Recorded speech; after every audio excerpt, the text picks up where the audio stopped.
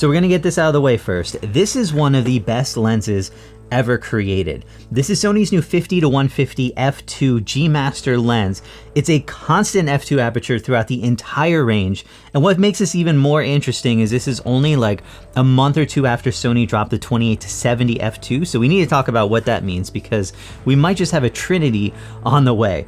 But this lens is not going to be for everyone, and then honestly it's probably not for like 99% of us, but it's almost impossible not to want one, even if you're not in that 1% and don't mind dropping like $4 grand on a lens. And here's why. So the entire time that I've been using this lens, I couldn't help but compare it to this. This is the Tamron 35-150. It's an f2 to f2.8 because this is honestly like the closest comparison I could find, and I absolutely love this lens. I have an entire video on it, so definitely check that out. But I don't use it all that often. I don't use it even as often as I would like to use it, and I don't know that the Sony version of this kind of fixes that problem completely.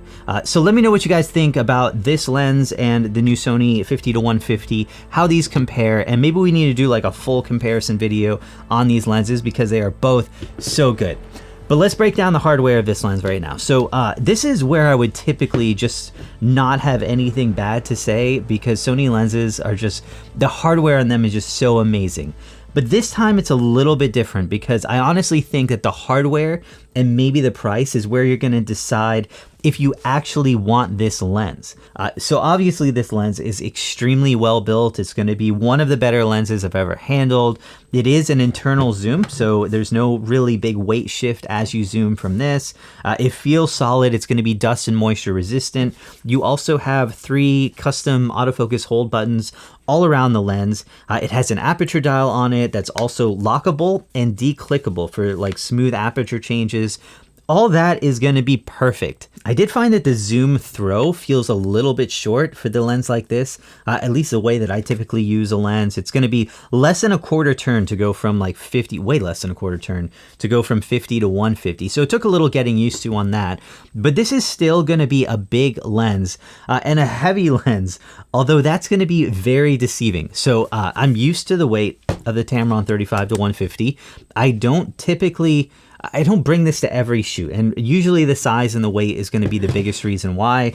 Is a backpack shooter for a lot of my shoots. I just need smaller and lighter gear. So when I picked up the 50-150, I actually felt it and thought it was lighter than the Tamron. So much so that I like got out my scale, was ready to start recording this awesome segment where I would show just how massive this lens is compared to the Tamron, and yet it was going to be lighter, but this was all deception because it's not. The Sony is almost 200 grams heavier at 1,340 grams, but this is deceptive because it feels so much lighter. But the Sony is larger in every dimension. It has a 102mm diameter, so it's massive. It has a 95mm front filter thread. So I think what happened is in my mind, because the Sony is just so much bigger than this, and just in general size, that I felt like it should be even heavier. And when you hold it, all the weight is kind of distributed a lot more towards the back of this. So it just overall, it feels lighter and almost less dense than this, which is really interesting.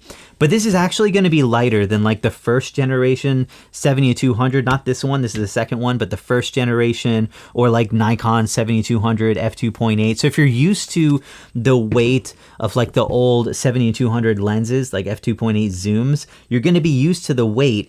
But when you factor in that with the extra width and length of this lens, it just felt like it was no longer a lens I wanted to just toss in my backpack. It was more of a Pelican case lens, if that makes sense. So if you're the type of person that kind of shows up to a shoot with a backpack, this might be a tough sell if you're looking to pick one up, even though it's definitely not the heaviest lens I've thrown, and probably not the biggest lens I've thrown in my backpack. And I really don't think it's Sony's fault that this lens is not smaller and lighter. It's not like there's another constant aperture f2 50-150 lens to compare it to. It's more of that this is a focal length that pretty much every photographer and videographer uses. So it would have been awesome if this was a little bit more backpack friendly and smaller. I actually thought the 95mm filter thread would bother me a little bit more than it did. It doesn't bother me at all because pretty much all of my filters are available in 95mm from the manufacturer. So obviously I need to go buy some more filters if I got this lens. So the lens just got a little bit more expensive, but that's an easy solve. And then I can use step-up rings and use those 95mm filters on all my 82mm lenses. You also get 4 XD linear motors in this. They're insanely fast. It focuses very well.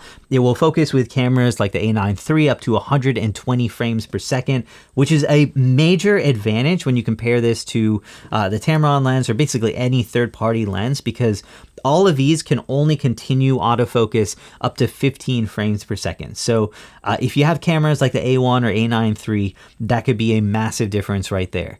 But keep in mind, this lens is not going to work with teleconverters.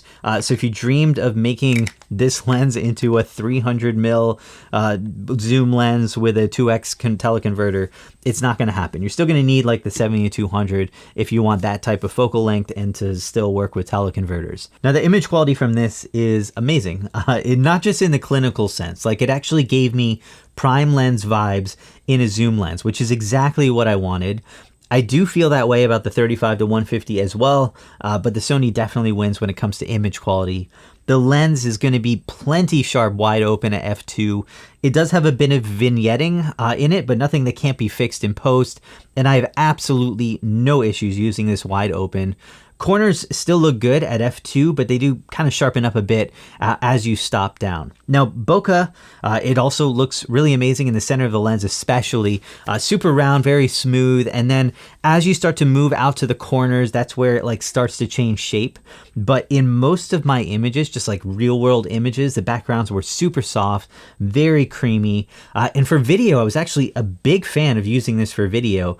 I shot a wedding with it, and I love these tighter focal lengths for weddings because it means I get to stay further away, but I still got that look and feel of a prime lens, plus the extra stop-in light, which is a big benefit for an actual wedding.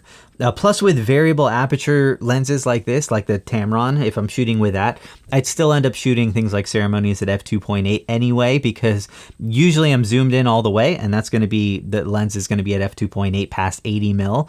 And even if I needed to zoom out or zoom in again while recording, I can't have my aperture changing while recording for video because it's not going to automatically compensate for that in the manual mode. Whereas for photos, aperture doesn't bother me because I can just adjust it with my shutter speed or compensate for it in some way, or I just shoot aperture priority or ISO priority, and it doesn't matter at all. So I find that having a constant aperture lens for video is very important. The lens also has almost no focus breathing, which is great because even though the Sony has this focus breathing compensation feature, it crops in order to actually compensate for the focus breathing. So minimal focus breathing means a minimal crop when it's enabled, which is really nice. So I've actually had this lens for a couple of weeks now, so I got to kind of experience whether or not I wanted to put it in my bag. And as much as I thought that I would pick this up for pretty much every photo shoot, I ended up using it way more for video and still kind of preferring to shoot primes for a lot of the stuff on my photo side.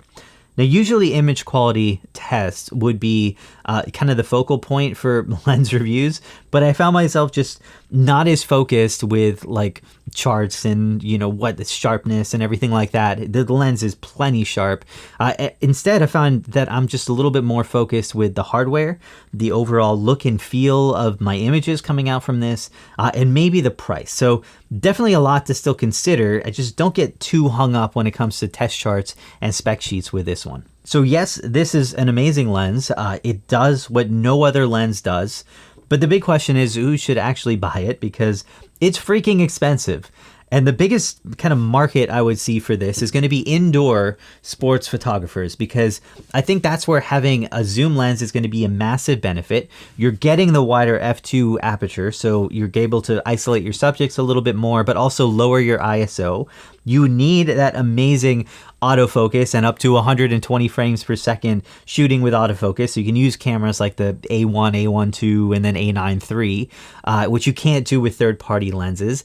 And no other telephoto zoom lens just has those features. I definitely see it just in general being a great lens for weddings. This is going to be a big lens to have like strapped around your neck for 8 hours for those of you shooting like wedding photography.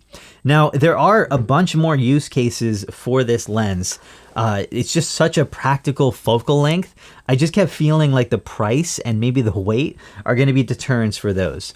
So this is a great lens for portraits, for example, because it has that 50mm, 85 and 135 focal lengths, but it did get heavy. It's also a bit large for like a backpack or just kind of casually shooting. And I think for the price of this, you can get basically 3 amazing prime lenses, which would be very tempting instead of this lens. Plus the Tamron exists. So for $1,700, which is less than half the price, you get more range, but also more on the wide end. So now you have that 35mm focal length, which is massive added to it. But I'm also starting to think that this might be part of an f2 trinity of lenses that we start seeing from Sony, because they had the 28-70 f2. Now we have a 50-150 f2. So maybe we're going to see something on the wide angle, like a 17-28 f2, something like that. I don't know. What would it take for you to consider buying an f2 wide angle lens from Sony instead of something like a 16-35? Let me know in the comments below. But I do have tons of BTS over on Instagram of this lens and some new projects that I've been working on. Really excited about these next few weeks. So guys, stay tuned with a whole lot of stuff coming up. Appreciate you so much, and I'll catch you in the next one.